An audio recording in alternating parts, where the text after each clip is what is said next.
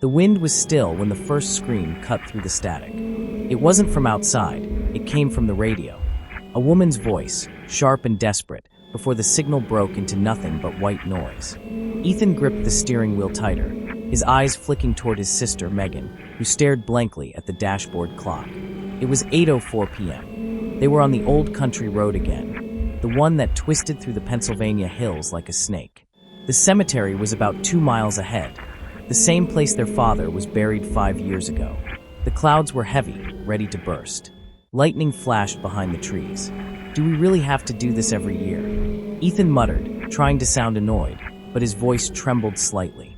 Megan smiled weakly. Mom said we should. He wouldn't want us to forget him. When they pulled up to the cemetery gates, the headlights washed over a sign that looked almost fossilized by time. The paint was chipped, the letters faded. Greendale Memorial Grounds. The metal gate creaked open as Ethan pushed it. The air felt thicker here, like breathing through cloth. They walked down the narrow path between rows of crooked stones. Most names were unreadable, buried by moss and rain. Then, the radio in Ethan's pocket, the small handheld one he carried everywhere, crackled back to life, reporting multiple incidents across state lines. Authorities urge all citizens to remain indoors. Repeat, and then silence. Megan frowned. What was that? Probably a storm warning, Ethan said quickly. But even he didn't believe it. They reached their father's grave, a simple gray headstone with his name and the words "Forever Watching." Megan knelt down, brushing away dead leaves. Do you ever feel like he's still here? She whispered. Ethan didn't answer. The ground beneath the stone looked darker than usual. Wet, maybe. But as lightning flashed again, he swore he saw the earth move. Just slightly. He blinked, leaned closer. The soil was shifting, like something was breathing beneath it. Megan, he said softly. She looked up, confused. What's wrong? Before he could answer, something knocked from under the ground. Once. Twice. Ethan stumbled backward. Did you hear that? Megan stood frozen, her face pale. No, that wasn't. The dirt around the grave began to sink inward, like a hole was opening up beneath it. Then came a sound Ethan would never forget, a muffled, wet gasp. From beneath the headstone, a hand broke through the soil. Not pale, not skeletal, but fresh, human, with pink skin and blood under the nails. Megan screamed and fell backward. Ethan grabbed her arm and ran, but the path ahead was gone. In the darkness, the trees looked different. The car, the road, nowhere in sight. They could hear more sounds now. Not from one grave. From dozens. Thumping, scratching, breathing. The radio in Ethan's hand burst back on. The dead are returning to life. Do not approach the bodies. Repeat. Then it exploded in static. Megan clung to her brother. Ethan, what's happening? He turned to answer, but something was standing behind her. A man, naked from the waist up, his skin gray and split open down the chest. His eyes rolled white, and around his neck, a familiar silver chain. Their father's chain. The man moved toward them, slow but certain, his mouth opening like it hurt to breathe. Dad, Megan whispered. The thing tilted its head, and a stream of dirt fell from its lips. Run, Ethan shouted. They ran through the storm, the rain pounding like fists. Behind them, the sound of shuffling feet grew louder. Dozens now, maybe hundreds. The whole cemetery was moving. When they reached the fence, Megan slipped and fell hard. Ethan turned back and saw her dragged backward by something unseen. Her fingers clawed the mud, her eyes wide with terror. Ethan, she screamed. Help me. He grabbed her hand, and for one moment he had her. But something cold and wet pulled harder. Her grip slipped away. She disappeared into the earth. Then silence.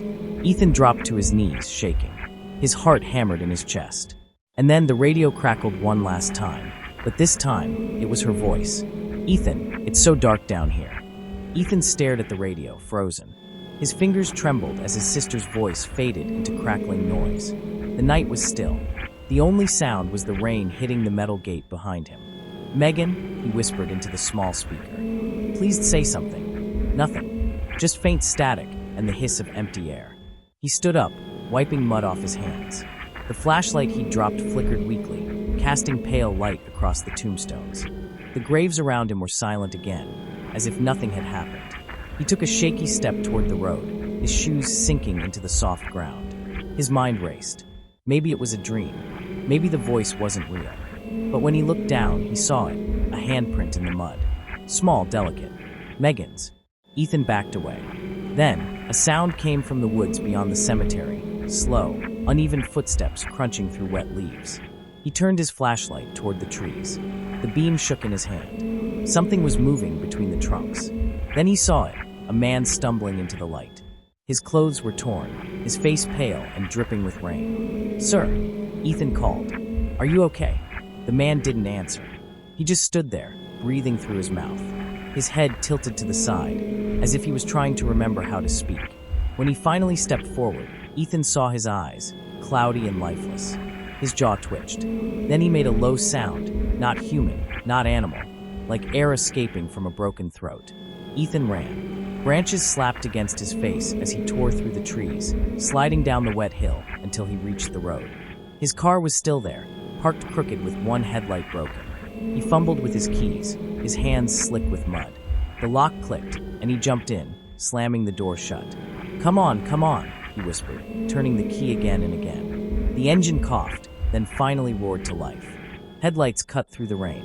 But when he looked up, the road was full of them. Shapes, dozens of them. Men, women, even children, walking slowly toward him through the storm. Their faces pale, their movements jerky, like marionettes pulled by invisible strings. Ethan screamed and slammed the car in reverse. Tires spun in the mud, the vehicle fishtailing before he shot backward down the road. Bodies thumped against the car. Thud, thud. Hands slapping the windows, faces pressing against the glass. "Get away," he shouted, tears mixing with rain. One of them grabbed the side mirror and ripped it clean off. Another slammed a bloodied hand on the windshield. He sped past them, the road twisting through the forest. But as he turned a corner, something flashed in the headlights. A woman standing in the middle of the road, motionless. Ethan slammed the brakes.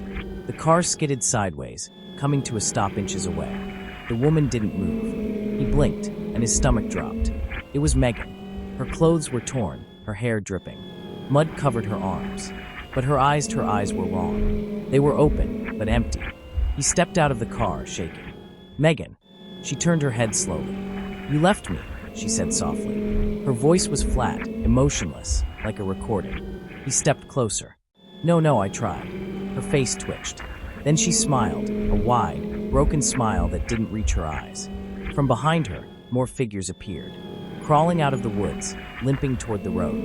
Ethan stumbled backward, tripping into a ditch. When he looked up, she was right above him. "Megan, please," he cried. She leaned down, whispering close to his ear. "They told me you'd come back." Then her hands shot toward his neck. He rolled to the side just in time, scrambling up and sprinting toward the old farmhouse up the hill.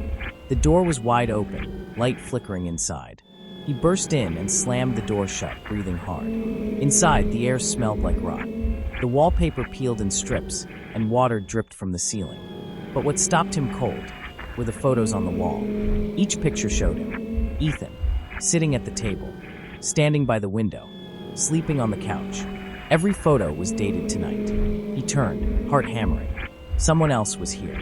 Then, from the shadows, a flashlight clicked on. A man stood there, pale, shaking, holding a shotgun. "Get away from me," the man said, his voice trembling.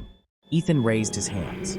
"Wait, please, I don't know what's happening." The man's eyes darted to the window.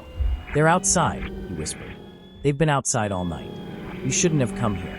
Ethan turned, through the cracked window, dozens of faces pressed against the glass, pale and wet, their mouths moving silently. "What are they?" Ethan asked. The man swallowed hard. "They're us." Before Ethan could respond, the door burst open. The horde flooded in, knocking over chairs and tearing through the walls. The man fired once, bang, before being swallowed by the crowd. Ethan ran toward the back door, screaming as cold hands clawed at his clothes. He broke through the back window, glass slicing his arms, and fell into the mud. The storm howled around him. He ran until he couldn't breathe, and finally reached the open field beyond the hill. He collapsed beside a broken fence, gasping, his heart thundering in his chest. The world was silent again. No footsteps, no screams, no rain. Then he looked up. Across the field, standing perfectly still in the lightning, was Megan. She raised her hand slowly, pointing straight at him. And behind her, In the distance, thousands of pale figures were walking through the storm, rising from the fields, from the hills, from the earth itself. Ethan's radio crackled one last time in his pocket. If you are hearing this, stay inside. The dead are no longer dead.